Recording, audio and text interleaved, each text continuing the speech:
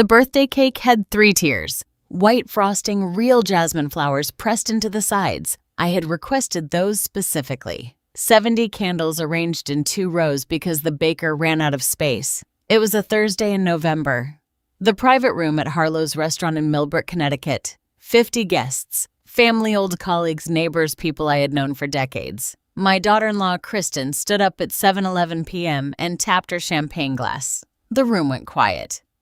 She smiled at everyone the way she always smiled, warmly, confidently, like a woman who had already checked every box on a list the rest of us hadn't seen.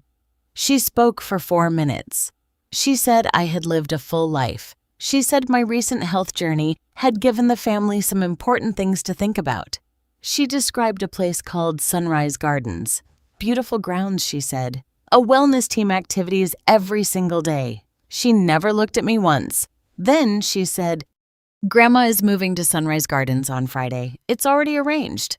I set down my fork. I looked at the birthday cake. I did not speak. I'm Frances Finley, and this is Alpha Mom Stories. Subscribe if you haven't. If you have ever been quietly erased by someone who smiled while they did it, stay with me. Let me tell you who I am. Not to make you feel sorry for me because you need to know who Kristen was actually dealing with. 32 years. That is how long I worked as a gemologist and estate appraiser in the Northeast. I authenticated jewelry collections for 3 university museums.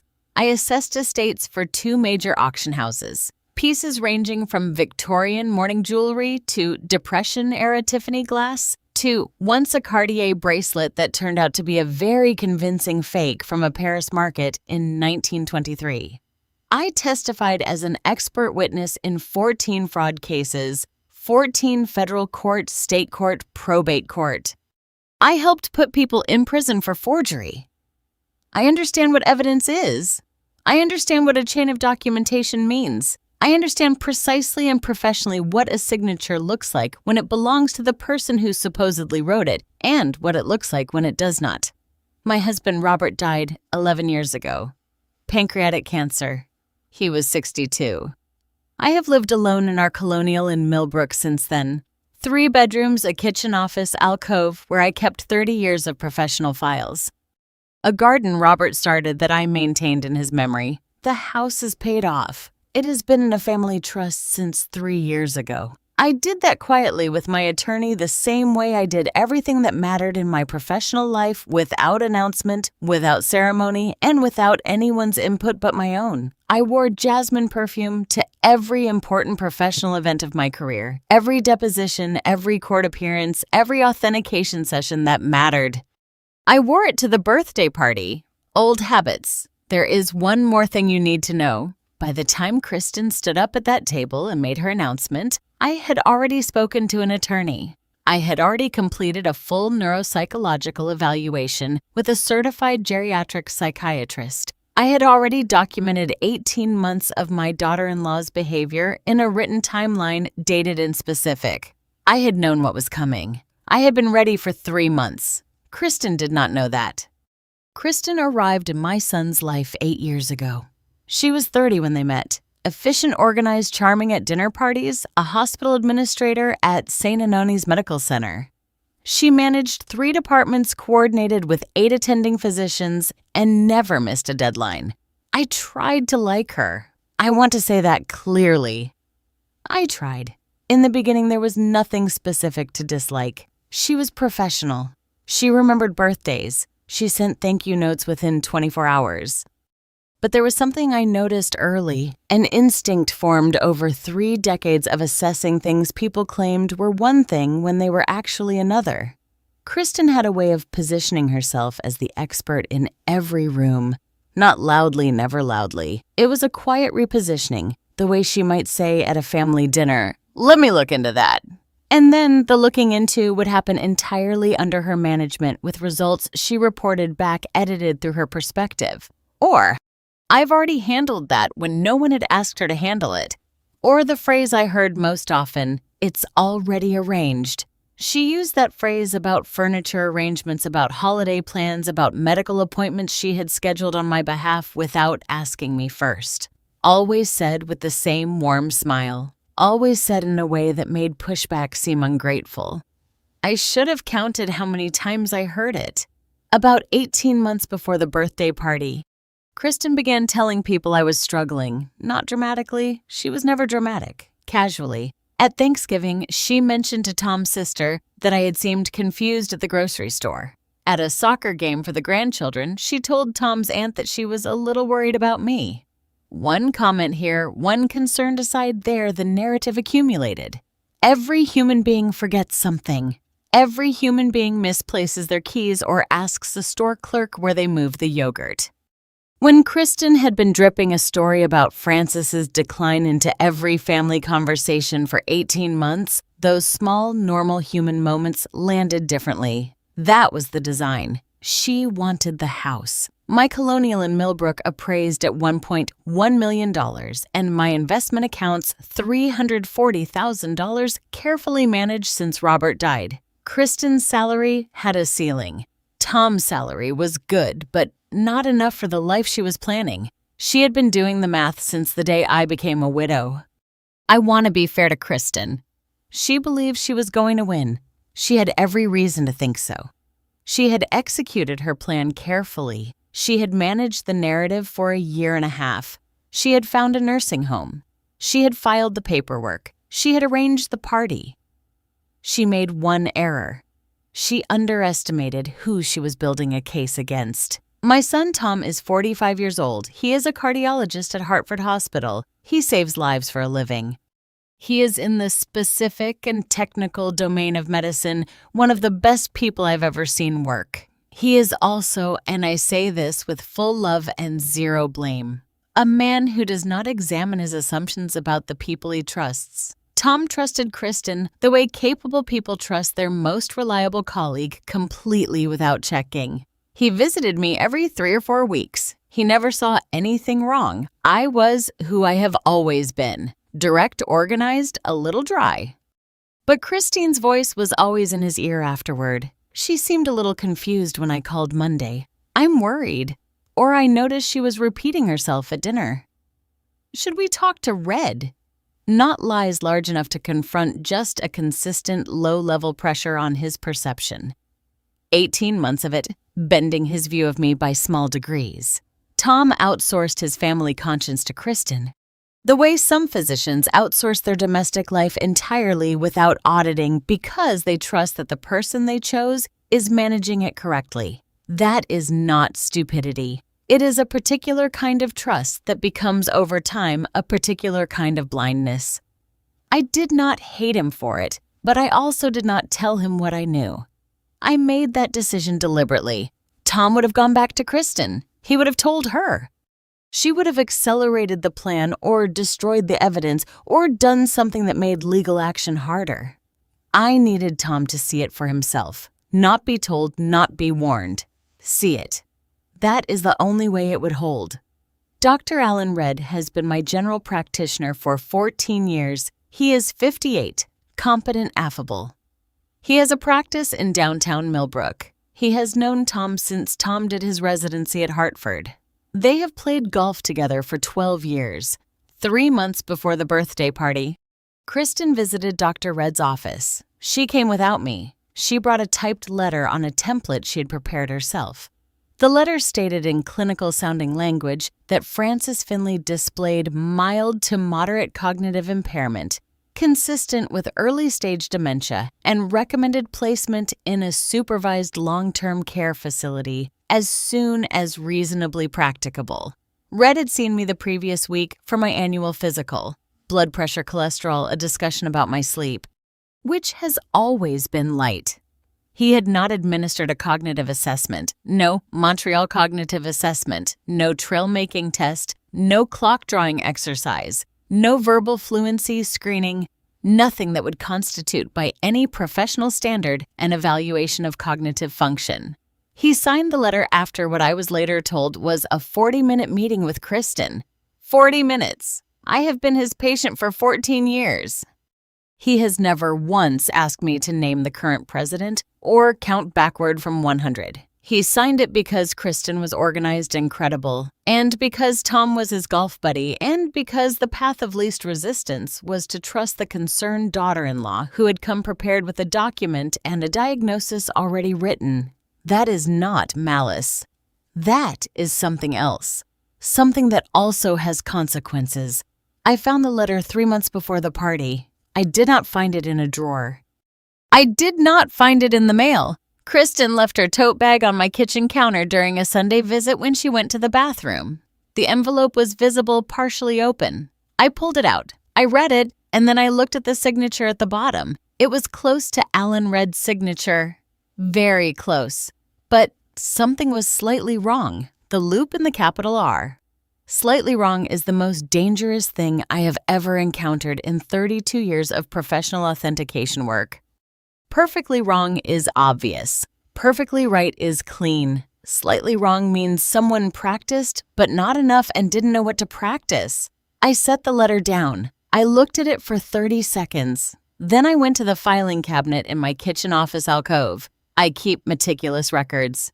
32 years of professional authentication work teaches you to keep everything, every correspondence, every report, every document with a signature you might need to reference again. The habit carried over into my personal life. My filing cabinet has 40 years of household documents organized by year. My most recent annual physical report was in the folder marked 2024. I took it out. I laid it next to Christine's letter on the kitchen counter. 2 signatures side by side under the kitchen light. I had a loop in my home office. I still kept one. I did not need it. I could see the discrepancy with the naked eye because I knew exactly what to look for. The loop in the capital R of Red was rounded on the real signature. The forged signature had a sharper angle, a slight right lean where the real one curved gently left. The baseline of the real signature descended slightly from left to right, a consistent personal quirk I had seen on 14 years of documents from this physician. The forged signature's baseline was level. Whoever had practiced this had corrected for the baseline drift without knowing the drift was authentic. A professional forger would have caught that. Kristen was not a professional forger. She was a hospital administrator who had spent a Tuesday afternoon in her kitchen teaching herself to mimic a signature she had seen on Tom's patient referral forms. She was not bad at it. She was not bad enough. I stood at my kitchen counter. My coffee was getting cold on the counter behind me. I took my phone from my cardigan pocket. I photographed the forged letter. I photographed the real signature. I photographed them side by side with the kitchen counter edge and frame for scale. Then I slid the forged letter back into its envelope. I pressed the flap closed. I replaced it in the tote bag at exactly the angle I had found it. I picked up my coffee. It was cold. I poured it out and started a fresh pot. Kristen came back from the bathroom 2 minutes later. She looked at me at the counter. She said, "Frances, you don't have to clean up. I'll get that." I said, "I've got it." I had the photographs. I had the real signature on file. I had 32 years of knowing exactly what constitutes evidence. She had been building a case against a woman who built cases for a living. The next morning, I called my estate attorney, Claire Harmon. Claire had handled Robert's estate. She had set up my family trust 3 years ago. She is direct, thorough, and does not waste words. I told her what I had found. I told her about the forged letter. I told her about the 18 months of incidents I'd been cataloging. She referred me to an elder law specialist. His name was Warren Gould. His office was in Hartford. I met with Warren that Thursday. I brought 3 things: the photographs on my phone, a copy of my most recent annual physical, the document with the real signature, and a 6-page written timeline I had spent the previous evening drafting. 18 months of incidents dated with names and context. Warren read it without interrupting. When he finished, he looked up. "Mrs. Finley," he said, "I want to be direct with you. What you're describing is elder abuse, and you have documented it better than most of my clients document a car accident." I told him I was a gemologist. I had documented things for 30 years. He said the forged attestation was legally actionable. Elder fraud potentially attempted unlawful restraint, but legal action takes time, and by the time we had a court date, the move could have happened. We needed a faster lever. What kind of lever? I asked. He told me about Connecticut's long-term care placement law, memory care unit admission. The specific type of placement Kristen had arranged because it came with a lower functioning profile that would make financial proxy easier to obtain required a written certification from a licensed geriatric psychiatrist, not a GP's attestation. A psychiatrist state certified on record. Kristen had relied on a forged GP letter. It was not sufficient. Not for the memory care unit she had booked. Warren said, "Let me refer you to someone." 3 days later, I had an appointment with Dr. Miriam Shaychek. Dr. Miriam Sheik is 55. She is the kind of physician who looks at you rather than at her notes. Her practice is at Yukon Health. She holds state certification for long-term care placement assessments, the specific credential required under Connecticut regulation to authorize memory care admission. The evaluation took 2 sessions, 3.5 hours total. She administered the Montreal Cognitive Assessment. 30 points. I scored 29. Missed 1 due to a visual spatial task I had overthought. She ran trail making A and B verbal fluency, episodic memory executive function processing speed, visual spatial reasoning. At the end of the second session, she sat back and looked at her notes. "Mrs. Finley, she said you're in the 97th percentile for your age cohort across all domains assessed. I want you to understand what that means. It doesn't mean fine for 70. It means exceptional in period." Her clinical note read, "Subject demonstrates superior cognitive function. No evidence of impairment in any domain assessed. Results do not support placement in any level of supervised memory care. Results directly contradict the characterization in the attached document." The attached document was a copy of the forged attestation which I had provided to Warren and which Warren had provided to her. She also told me the thing I already knew from Warren, but wanted to hear again from a physician. Without her signature or that of a comparable state-certified psychiatrist, Sunrise Gardens could not admit me to their memory care unit. The reservation Kristen had made was dependent on documentation that did not exist. I called Dr. Sheik the morning of the birthday party just to check in. I told her to confirm she had received the updated legal packet from Warren. She said she had. She said she was at the Millbrook Hilton, a geriatric psychiatry conference 12 minutes from Harlow's. I said, "I hope I won't need to bother you this evening." She said, "If you do, call me." I filed that away the way I always filed things that might matter later. Warren had mailed Dr. Sheik's evaluation report to his office 2 weeks after the sessions completed. He called me when it arrived. "It's here," he said. "The heaviest light thing I've ever held." I knew what he meant. A sealed manila envelope 8 pages inside. The weight of it was wrong for what it contained. It felt too light to carry that much truth, that much protection, that many decades of my life made countable in a score. The party was on a Thursday. Tom had organized the venue Harlow's downtown Millbrook, a private room in the back capacity 60, reserved for 50 guests. He had booked it 6 weeks in advance. Kristen had offered to handle everything else. I noted the phrase. I did not respond to it. I got dressed that morning in the Colonial. It was November cold and flat, the kind of sky that looks like someone pressed it down. I put on the gray wool dress I wore for depositions. The single strand of pearls I had authenticated myself in 1994, removed from an estate collection and determined to be genuine Oya, and purchased afterward for what I thought was fair market value and what the estate attorney thought was aggressively fair. I held the jasmine perfume bottle for a moment before I pressed it to my wrists. I had been wearing it since 1987.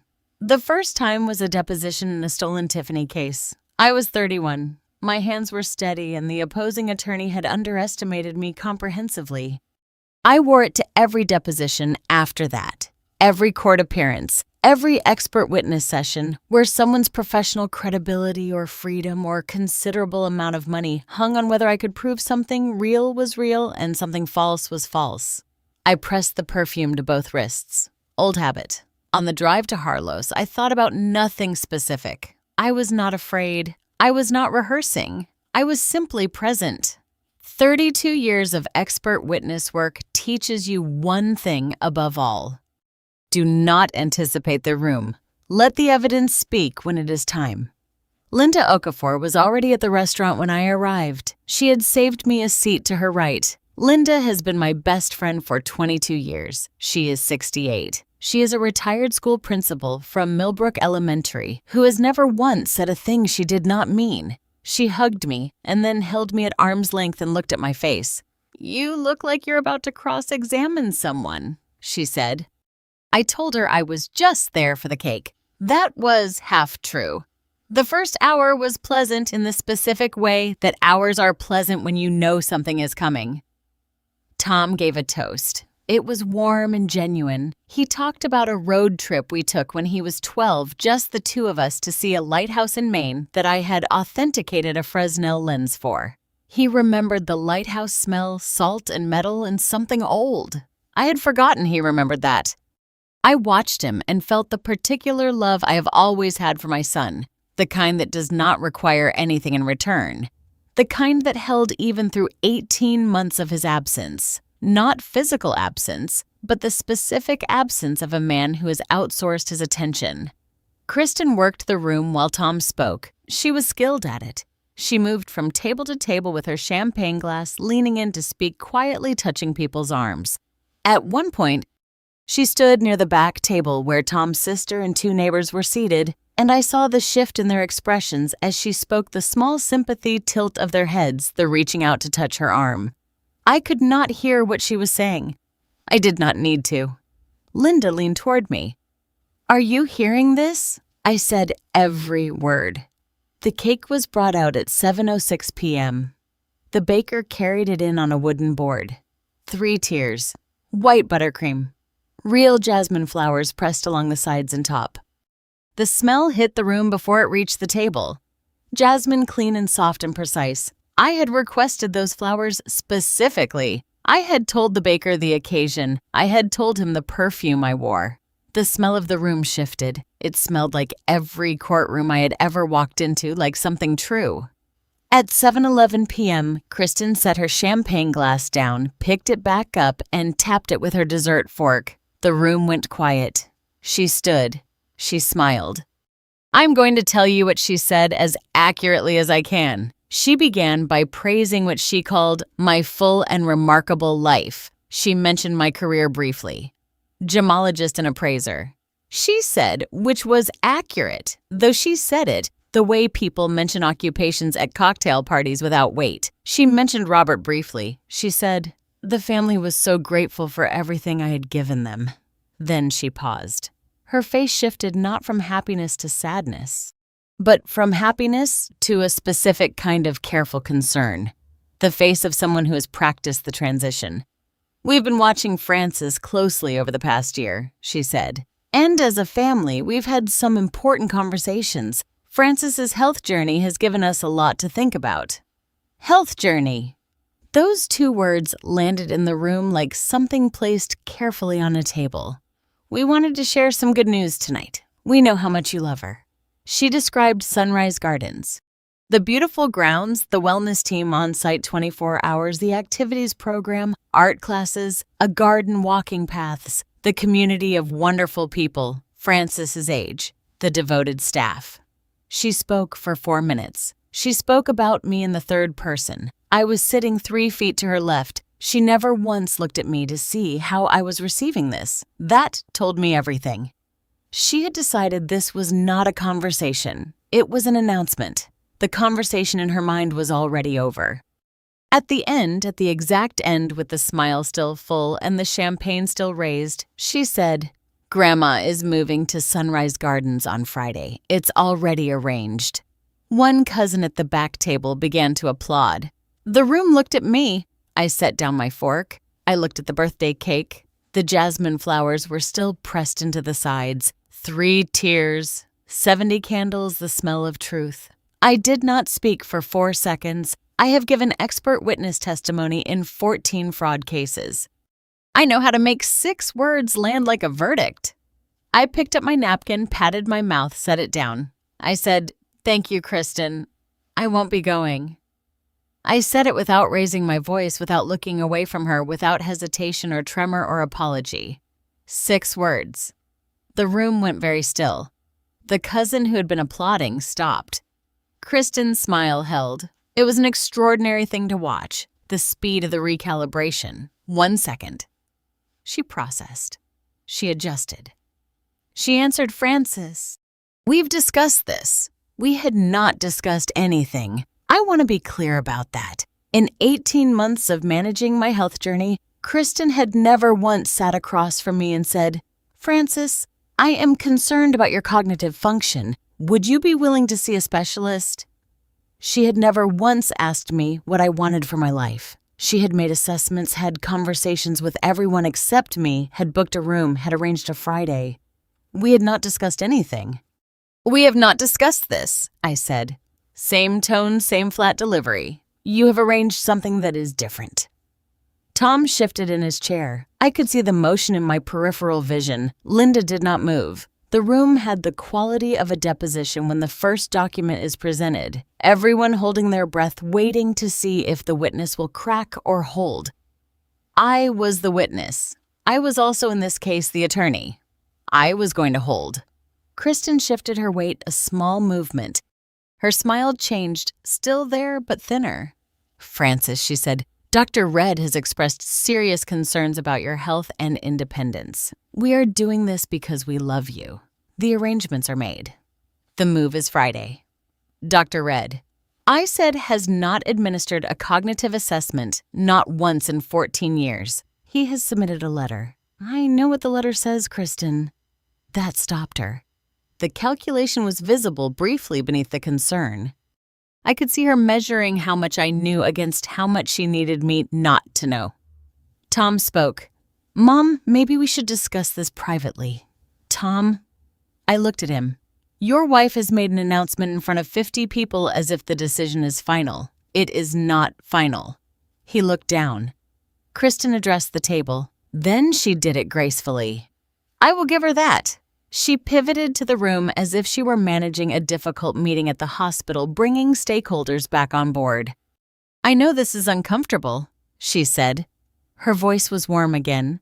"Families sometimes have to make hard choices when a loved one can't make them for herself. That's what love looks like sometimes. It doesn't always look easy when a loved one can't make them for herself."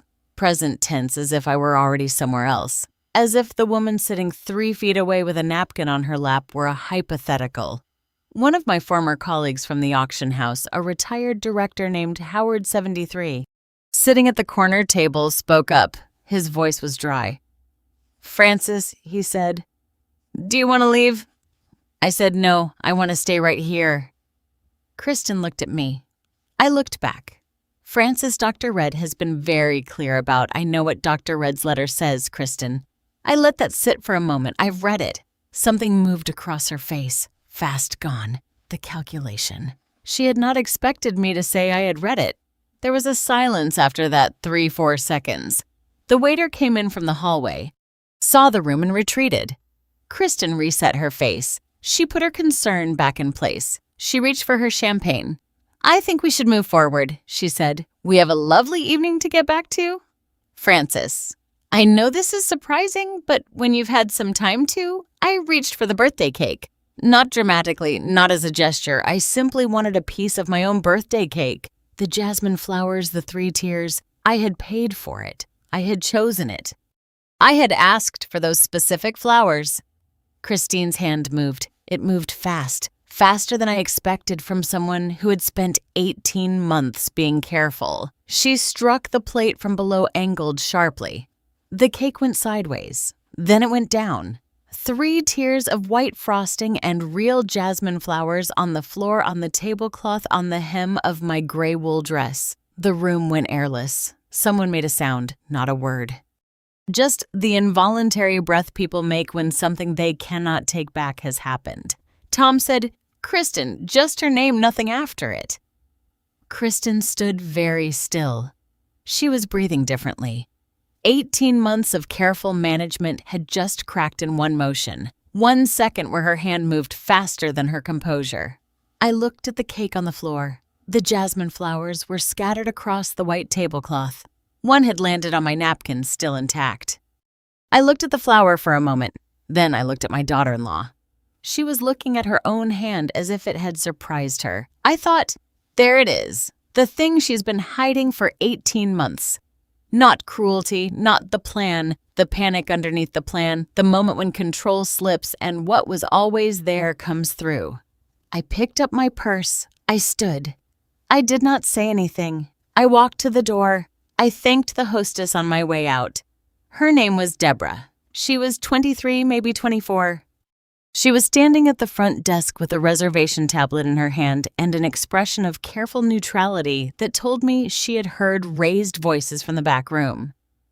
"The party is still going," I told her. "I just need some air." She said, "Of course, Mrs. Finley. Happy birthday."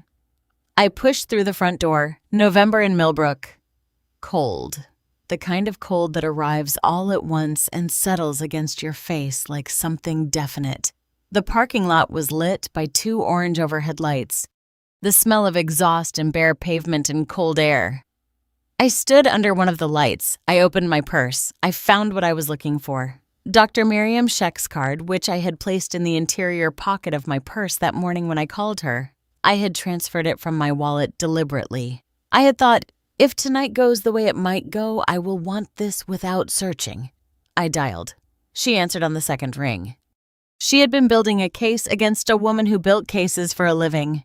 If you're still with me, and I hope you'll hit subscribe before we go any further. This is a long story and it gets harder before it turns, but I want you to stay for how it turns. Alpha Mom Stories. Hit the button. I told Dr. Sheik 7 things. 1, my daughter-in-law had announced the nursing home placement publicly at my birthday party in front of 50 guests. 2, I had refused. 3, she had slapped the birthday cake out of my hands. 4, the date was tonight, a Thursday in November. 5, the nursing home was Sunrise Gardens. 6, the scheduled move-in was Friday tomorrow. 7, I was standing in the parking lot of Harlow's restaurant on Millbrook Avenue. I did not editorialize. I did not speculate. I gave her the facts in the order they had occurred. Dr. Sheik said, "I'm at the Hilton. I can be there in 25 minutes. I said, "The restaurant is Harlow's private room in the back. There's parking on 2nd Street. She said, "I have the envelope." I said, "Thank you." We hung up. I stood for a moment in the parking lot. I looked up. Millbrook in November. The clouds low and dense. The kind of sky that absorbs rather than reflects. No stars, just the flat orange glow from the parking lot lights. I checked my phone. It was 7:14 p.m. 25 minutes meant 7:39. I went back inside. I sat down at the table. I ordered a glass of water. I was very calm.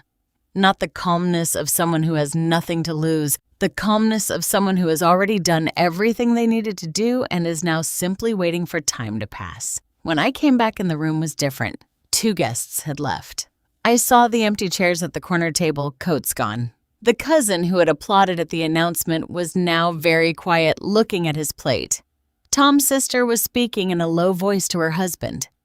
Linda was still at the table. She had pulled a clean cloth from a neighboring chair and covered the spilled cake on the floor neatly without drama. She did it the way a school principal deals with a mess in a hallway quickly and without commentary. The hostess, Deborah, had not yet come back to address it. I sat down. Linda put her hand on my arm. Kristen was standing near the far wall, phone in her hand, facing away from the table. Tom came to me. He sat in the chair beside mine. The chair Kristen had vacated. He leaned forward. "Mom," he said quietly, "tell me what's happening." His voice had changed. The controlled clinical tone he used in family settings. The voice of a physician managing a difficult patient interaction was gone. He sounded younger. He sounded like a man who had noticed that something was wrong but did not yet understand the shape of it.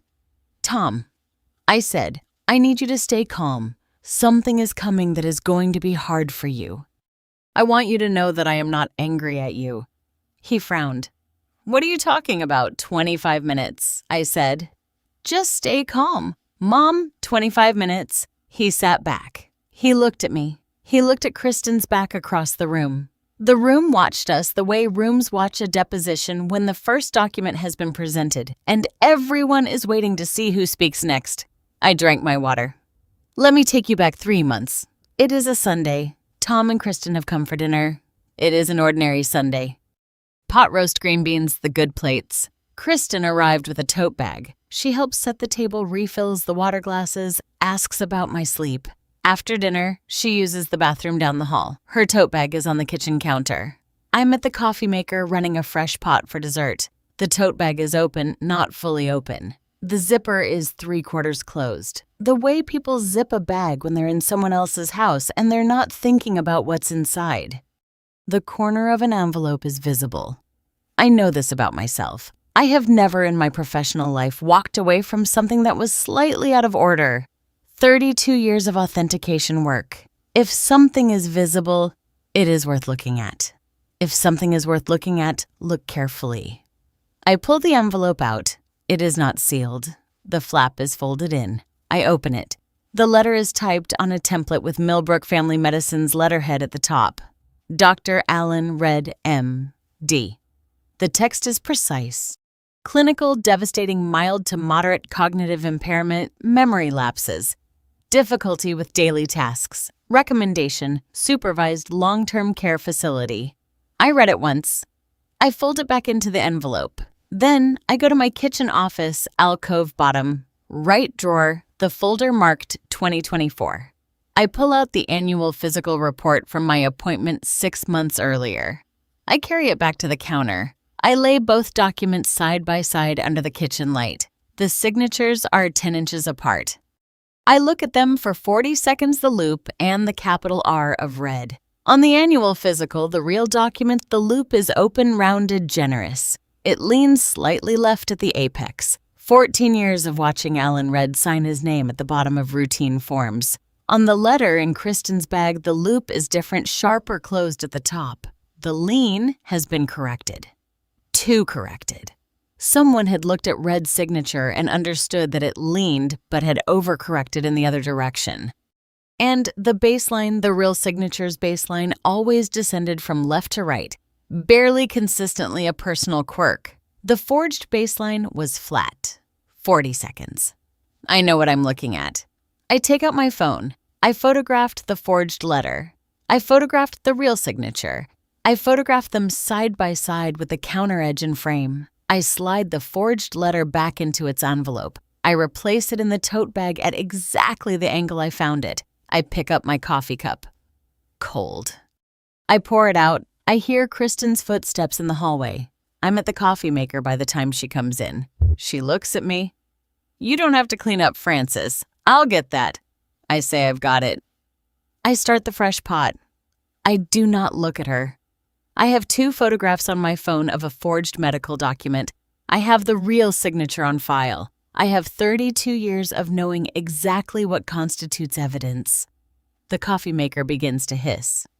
The following Thursday, I drove to Warren Gould's office in Hartford. Warren is 52. He has been practicing elder law for 23 years. He is the kind of attorney who does not fill silences. He doesn't need to fill. He waits. He listens. He draws conclusions, and then he tells you exactly what you are looking at. I put 3 things on his desk. The photographs from my phone, a printed copy of my 2024 annual physical with Red's real signature, and a 6-page document I had written the previous week, a timeline, dated and specific beginning 18 months prior. Every incident I had observed and documented names, dates, context. He read the timeline without interrupting. He examined the photographs side by side. He did not say anything for 4 minutes. Then Mrs. Finley. "What you're describing is elder abuse. The forged attestation is actionable as fraud. Your attorney Claire Harmon can tell you the civil path, but I want to talk about a faster lever." He told me about Connecticut Statute 19A521 and its implementing regulations. Memory care unit admission, which was what Kristen had arranged specifically because that classification of placement made petitioning for financial proxy substantially easier, required a geriatric psychiatrist's written certification. Not a general practitioner's attestation, not a family assessment. a licensed geriatric psychiatrist with state certification for long-term care evaluations. Kristen had a forged GP letter. She had nothing else. Warren said, "Let her go all the way. Let her book the room. Let her announce it. Let her believe this is already done, and then let the law do what the law does cleanly in front of everyone who needs to see it." I asked, "What if she accelerates the timeline?" He said, "Then we accelerate ours." He referred me to Dr. Sheikh. I had an appointment the following Monday. I also asked Warren about a secondary element, whether the family trust on my colonial was as ironclad as I believed. He looked at the trust document for 12 minutes. Then he looked up. "No one is selling this house," he said. "Unless you sign the paperwork yourself." I said, "Good." I drove home on the 91 South November Light on the Connecticut River. I thought about 32 years of knowing what things were actually worth. I thought I still know. Let me compress the previous 18 months for you because it is important that you understand what I lived through before the birthday party. October 18 months ago, Kristen mentions to Tom's sister at the grandchildren's soccer game that I got turned around on the drive to their house. I did not get turned around. I took a different route because there was construction on Route 44. I did not know this had been reported. December. Kristen rearranges my living room while I'm at the grocery store. She tells Tom she did it for safety. Fewer obstacles, better flow. I put everything back the same afternoon, February. Tom calls me on a Tuesday evening. He says, "Mom, Kristen mentioned you left the stove on last Sunday. I had put a pot of water on to boil. I turned it off before I left the kitchen. I was not in the kitchen when Kristen observed whatever she observed. I do not know what she saw.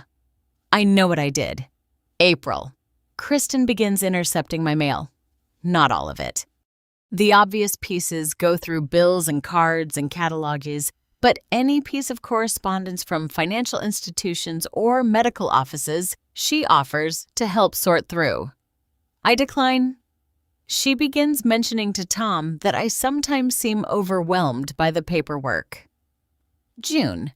Kristen contacts Sunrise Gardens. I learned this 3 months later from a source in Warren's professional network who flags nursing home inquiries that come through family representatives on behalf of a competent third party. August. Kristen visits Dr. Red. He signs the letter. September. I find the letter in her tote bag. I photograph it. I call Claire Harmon. November, the birthday party. I documented all of it. Dates, names, context, the 6-page timeline I brought to Warren.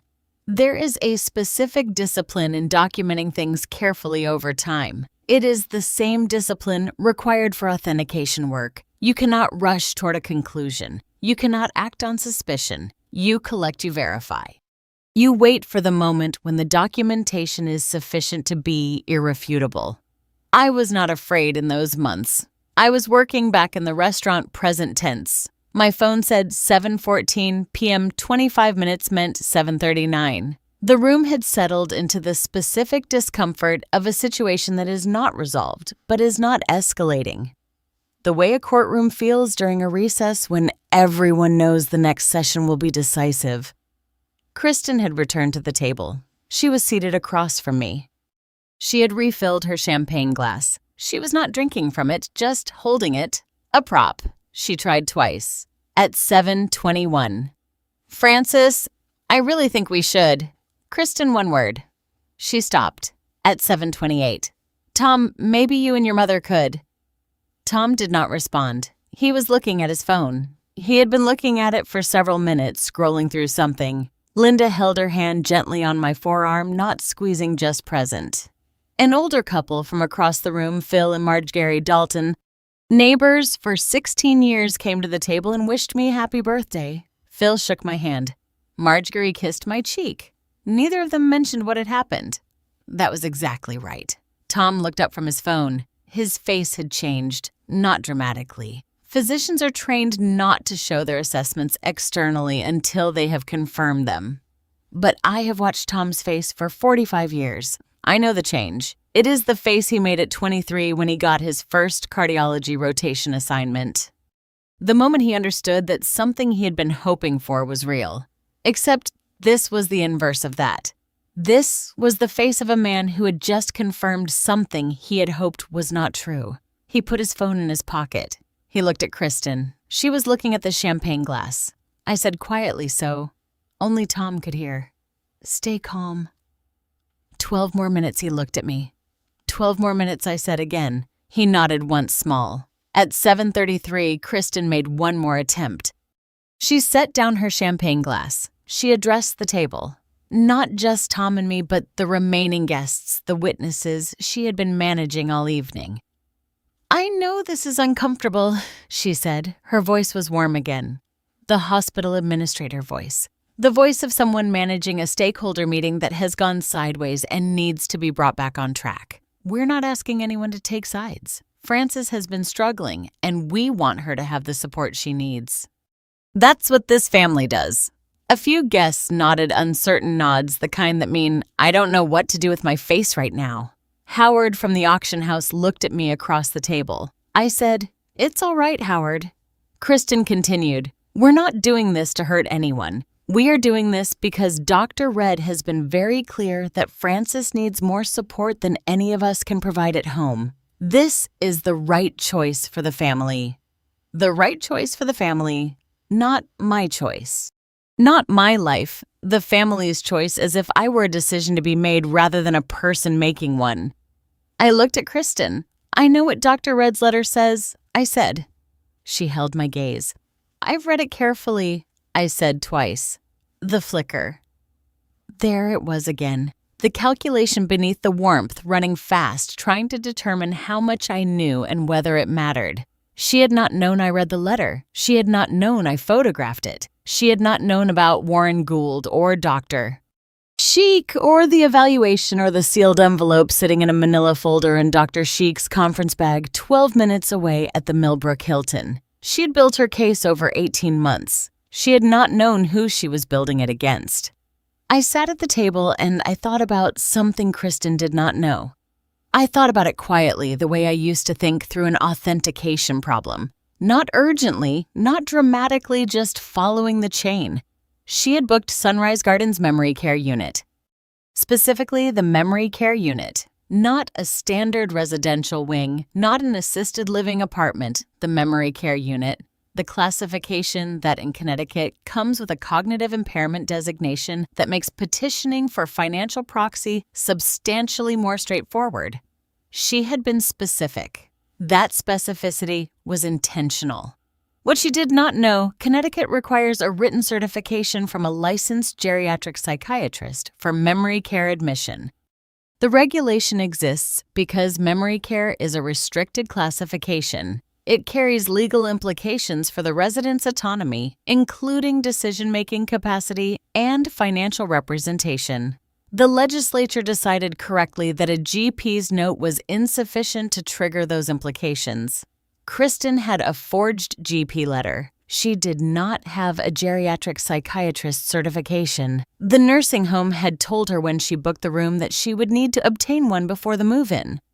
She had said she would handle it. She had planned to sort out that administrative piece on the other side of Friday. She believed that once Frances was physically in the building, the paperwork would follow. She was wrong. The paperwork did not follow the person. The person followed the paperwork. Without a signed certification from a state-licensed geriatric psychiatrist, Frances Finley could not be admitted to Sunrise Gardens Memory Care Unit. That was the regulation. That was the law. And the state's only certified geriatric psychiatrist who had evaluated Frances Finley had evaluated her 6 weeks ago and put the results in a sealed envelope. Her results were 97th percentile. Her results directly contradicted every word in Kristen's forged letter. I sat at the table and drank my water. 7 minutes. Tom had his phone out again. I watched him in my peripheral vision. He was not scrolling now. He was reading something specific and rereading it. And his jaw had the particular set it gets when he is processing information that conflicts with what he believed to be true. Physicians have a specific face for that. I have seen it twice in my life. Once on Robert when his scan results came back and the radiologist's expression told him before the words did.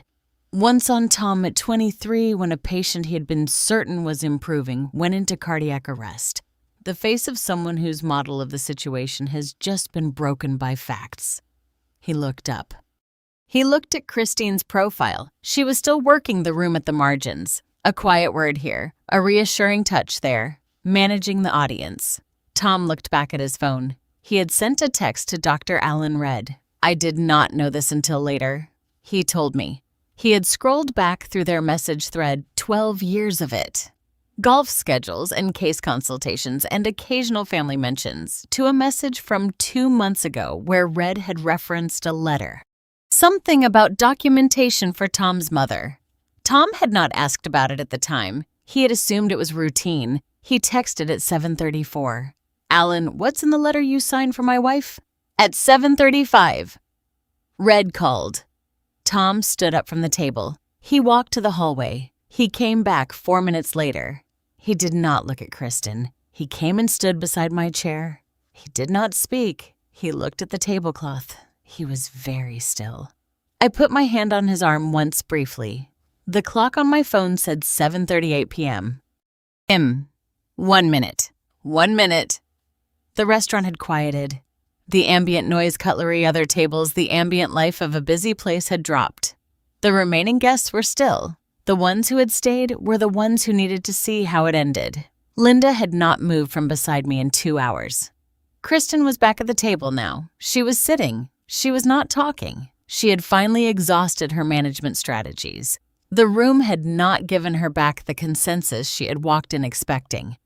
The applause had not materialized in the way she had planned for. She was holding her champagne glass. It was empty. Tom stood beside me still. I thought about the jasmine. The spilled cake had been cleaned up. Deborah had come in at some point and quietly removed it, but the smell was still in the room, faint but definite. Jasmine and buttercream and November air from the front door. I thought about 1987, the stolen Tiffany case, the deposition room in Hartford. The opposing attorney who had introduced himself by saying, Miss Finley, I just want you to know I've been doing this for 22 years. Implying, and you haven't. I authenticated the bracelet as genuine. He lost. I thought about that room smelling like the same perfume, the clean, specific smell of being prepared. The room still smelled like truth. My phone said 7:38. 1 minute. The front door of Harlow's was visible from my chair. I had chosen the chair deliberately when I arrived. Facing the entrance, back to the wall, sightline clear. 32 years of depositions teaches you to sit where you can see the door. At 7:39, the door opened. She wore a dark blazer and carried a manila envelope. 55 years old, silver-threaded hair pulled straight back. The kind of bearing that comes from 2 decades of walking into rooms where someone is going to dispute what you were about to say and being right every time. Anyway, she spoke to Deborah at the hostess stand. Deborah pointed toward the back. She walked. The private room noticed her before she spoke. There is a quality that certain people carry, a stillness that precedes them, a sense of professional weight that rooms register before they register the person. The remaining guests turned to look. Tom turned. Kristen turned. Dr. Sheik walked to the table. She looked at me. I said, Dr. Sheik, thank you for coming. She said, Mrs. Finley. She took the empty chair across from Kristen, the chair where Tom had been sitting earlier. She placed the manila envelope on the table in front of her and set her hands flat on either side of it. The envelope sealed certified the same one Warren had called me about 2 weeks after the evaluation, the heaviest light thing I had ever seen someone carry. 8 pages inside. 32 years of my cognitive life measured and verified and sealed in a manila folder. Dr. Sheik looked at Kristen. My name is Dr. Miriam Sheik, she said. I'm a geriatric psychiatrist at Yukon Health. I hold state certification for long-term care placement assessments under Connecticut Statute 19 of 521. She looked at me, then back at Kristen. I completed a full neuropsychological evaluation of Mrs. Finley 6 weeks ago. The results are in this envelope. Before I open it, I want to address one procedural matter. She folded her hands. Sunrise Gardens contacted my office this morning. They wanted to confirm the admission documentation for Friday. I told them the memory care admission required my written certification. They said they understood. They did not have my certification on file because I had not provided one because my evaluation of Mrs. Finley does not support memory care placement under any criterion. She looked at Kristen. The reservation is currently documented, cannot be processed. Kristen said, I don't understand. I know, Dr. Sheik said. I'll explain. She opened the envelope. 2 documents. She removed them carefully, set them face up on the table, oriented toward Tom, toward Kristen, toward the room. Document 1, the clinical evaluation report, 8 pages. The header, neuropsychological evaluation, Francis R. Finley due, OBU November 14th, 1955. The summary on page 1 was highlighted in yellow. Subject demonstrates superior cognitive function in all assessed domains. Percentile ranking 97th for age cohort 70 to 75. No evidence of impairment. Results do not support placement in a memory care unit or any other form of supervised cognitive care. Results directly contradict the attached physician attestation dated September 4th of this year. Document 2. Dr. Sheik set it beside the first. It was a comparison sheet, 2 columns left, column high. Resolution scan of Dr. Alan Redd's actual signature obtained, Dr. Sheik explained. From hospital records through proper legal process via Warren Gould's subpoena issued 3 weeks prior. Redd's real signature, 14 years of it. Consistent, distinctive, the specific left-leaning baseline and open loop that I had recognized immediately under my kitchen light. Right column, the signature from the attestation letter Kristen had filed with Sunrise Gardens. A forensic handwriting specialist had prepared the comparison. 7 specific points of divergence were circled in red. The baseline angle, the loop closure, the R formation, the crossbar on the T. 4 more. Dr. Sheik said, This is the attestation filed by Kristen Finley with Sunrise Gardens Intake Office on September 12th. This, she pointed left, is Dr. Redd's documented signature. My forensic handwriting specialist prepared this analysis. 7 red circles. Tom picked up the comparison sheet. He is a physician. He has signed his name hundreds of times a year for 20 years. He knows what a physician's signature looks like. He knows what his own handwriting looks like under pressure. He knows Alan Redd. He held the paper. He looked at the left column. He looked at the right column. He set it down.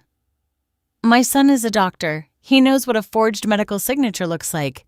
He knew the moment he saw it. He set the paper down carefully. He aligned the edge with the table edge, an unnecessary precision. The habit of a physician making sure an instrument is exactly where it should be before he steps away from it. He stood. He walked around the table to me. He did not say anything. He came to my side and his legs took him to the floor. Not a dramatic gesture, not a theatrical fall.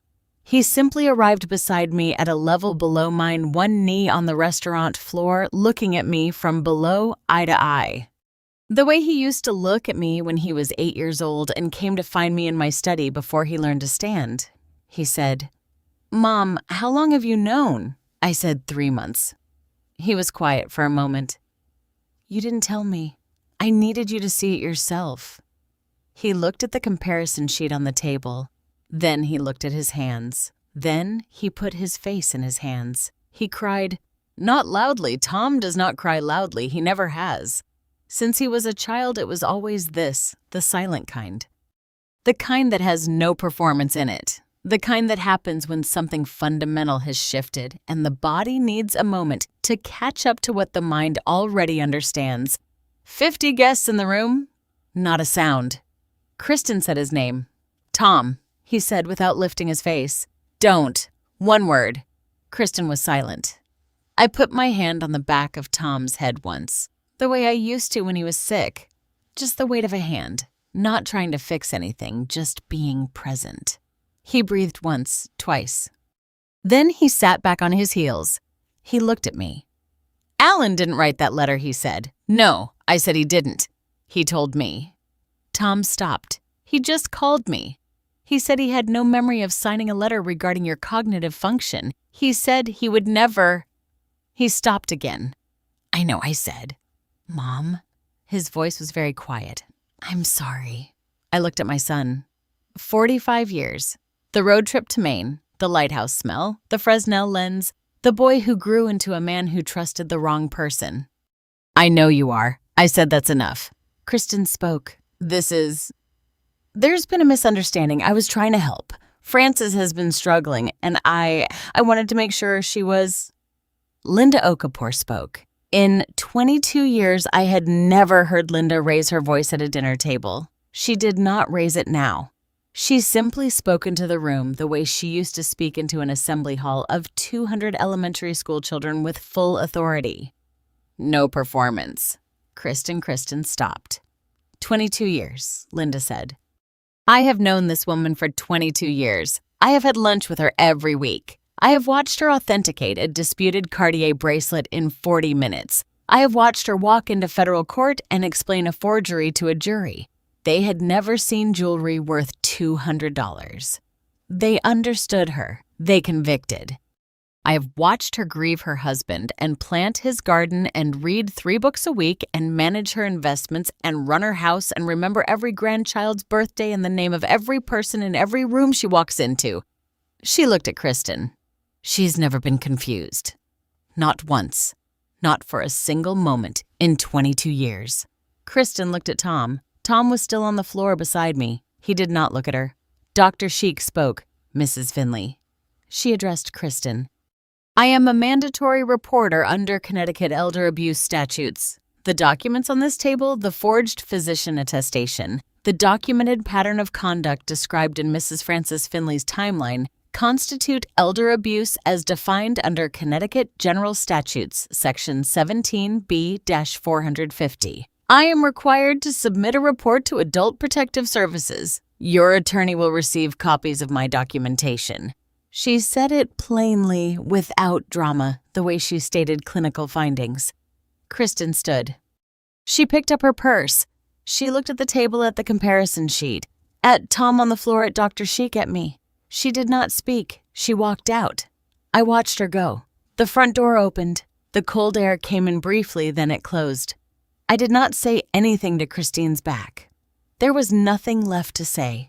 Everything that needed to be said had been said by an 8-page evaluation report, 2 signatures, and a woman who had been my best friend for 22 years. Tom got up from the floor. He sat in the chair beside mine. He did not speak, and I did not need him to. We have always understood silence between us. We learned it from Robert, who believed that the spaces between words were as important as the words. Dr. Sheik gathered her documents. She placed them back in the manila envelope.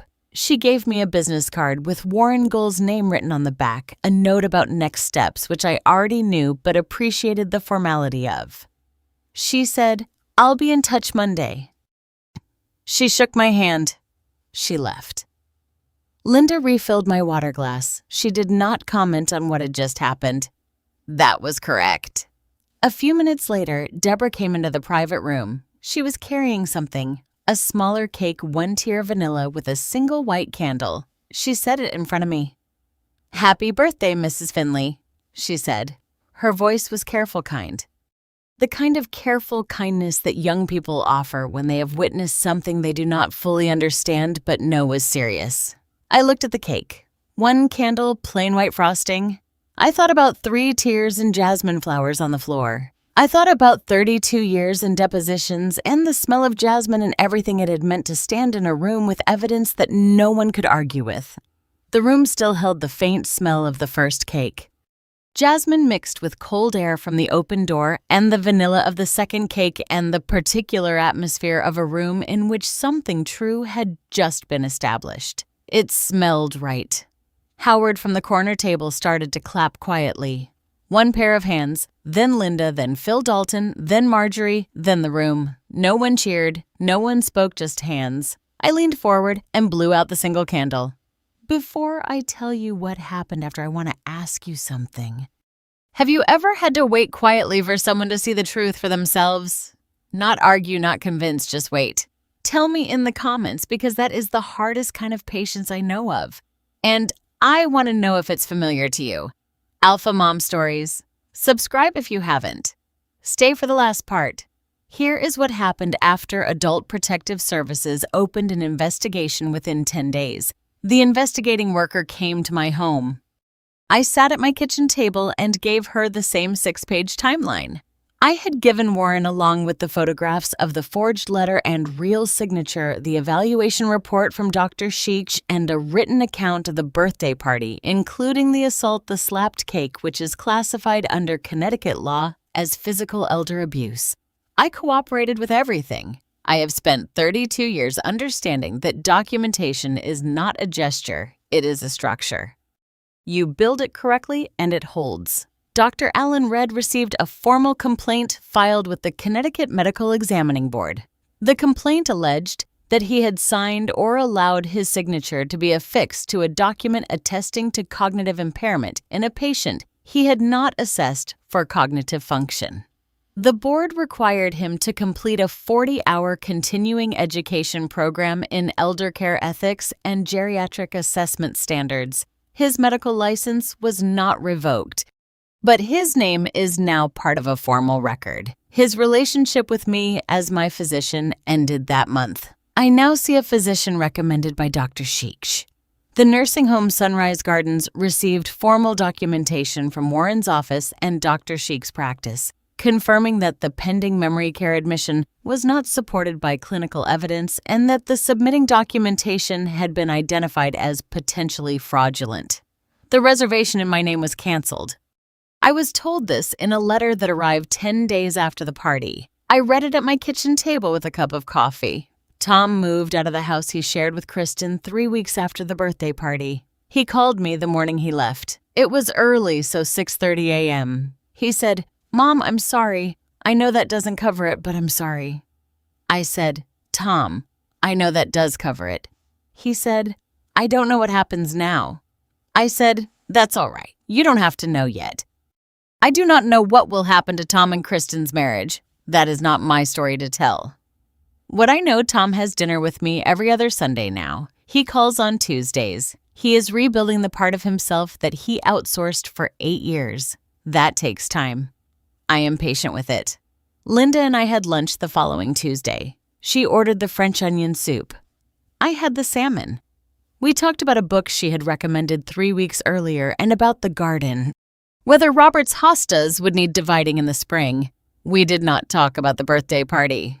We have not needed to. My colonial in Millbrook is still mine. The family trust is intact. The house is not for sale. It has never been in any danger of being sold. As it turns out, the trust documents would have made a forced sale legally impossible regardless of Kristen's plans. But it is good to say it plainly. My house is still mine. My life is still mine. My investment accounts are in the same institution they have been in for 11 years. No one has access to them but me. I am still wearing jasmine perfume on important days. Here's what I know. The person who tells you most loudly that you are declining is not always worried about you. Sometimes they are worried about what you still have, what you still know, what you are still capable of protecting. You do not have to argue with a lie the moment it is told. You can document it. You can wait for the moment where the truth has enough structure around it that it cannot be dismantled. You can choose your timing and your mechanism. The quieter I am, the more certain I am. I still wear the jasmine perfume every important day. This was one of them. If this story mattered to you, subscribe to. Share it with someone who needs to hear it. Leave me a comment. Tell me what you would have done. I'll see you next time.